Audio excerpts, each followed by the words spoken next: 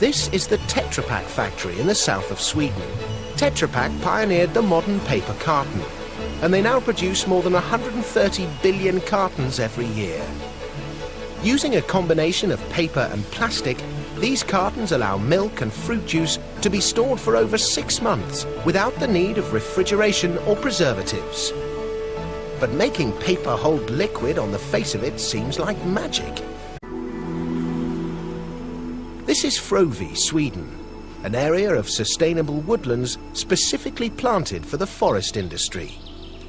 It's here that the story of the carton package begins, because to make cartons, they need paper, and lots of it. It's 8 a.m. and forester Mats is heading to work. I've worked in the forest all my life, and I love it. It's the greatest work you can have.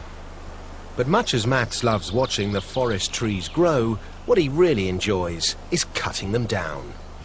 That's because Mats is one of the guys responsible for felling enough trees to feed the paper mills. But you won't catch him wielding an axe.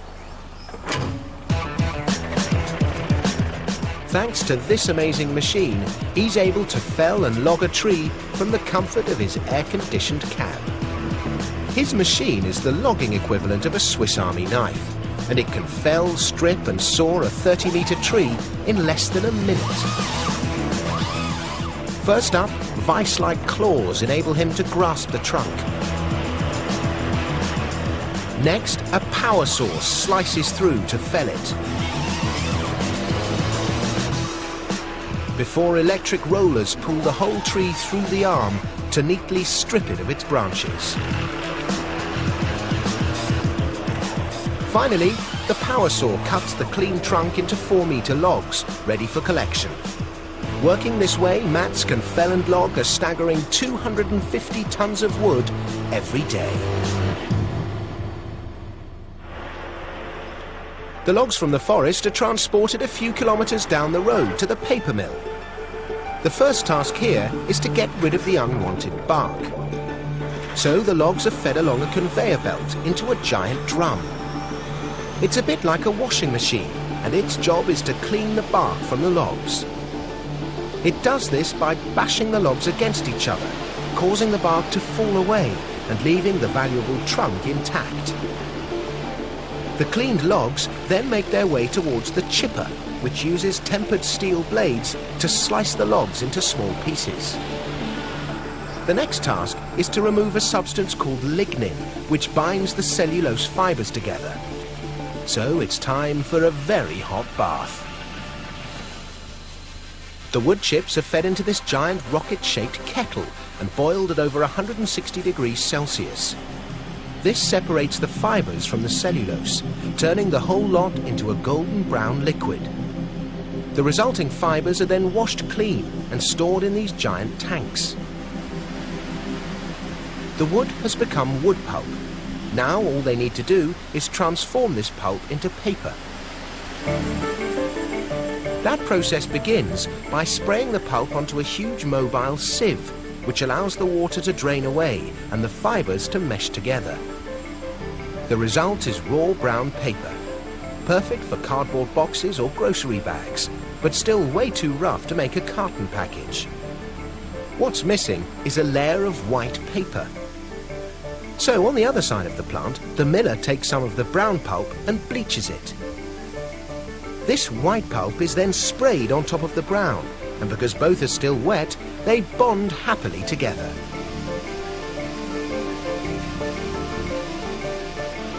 This neat two-tone sandwich of brown and white fibres is then dried.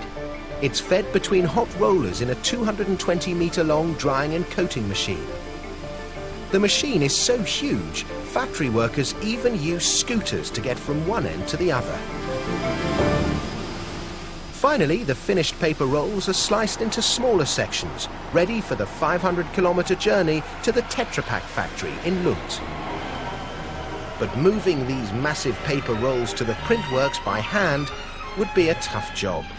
So instead, Tetra Pak have decided to let an army of robots take the strain.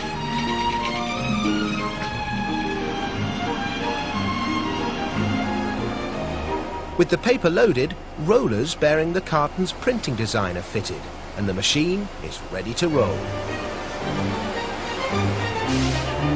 As the design is printed, creases are simultaneously made in the paper, which will later form the shape of the carton package. But first, the surface of the paper needs to be sealed with a coating of hot melted polythene. The outside is coated to seal in the ink, before the inside receives a triple layer to protect the contents. The finished rolls are then sliced into individual widths and are ready to be formed into cartons. But before this can happen, they need the sterilized liquid they'll be filled with. In this case, milk.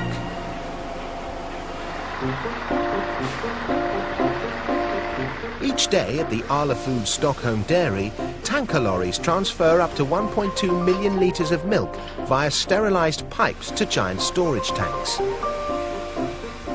Every one of these tanks is capable of filling 125,000 1-litre milk cartons.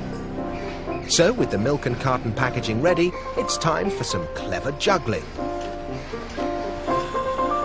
First, the carton paper is rolled into a tube. The machine then pinches the bottom of the tube and uses a blast of hot air to seal it with a heat-sensitive glue. At the same time, the milk is piped inside. When the column of milk reaches the top, the tube is folded into the carton shape. Finally, the edges are folded over and glued, leaving the milk safely and hygienically sealed in. After a quick cold sterilising shower, the milk cartons roll off the production line at incredible speed. And they need to, because every day we get through 286 million of them. All that remains is for the cartons to be packed onto pallets, ready for transport to shops and supermarkets around the world.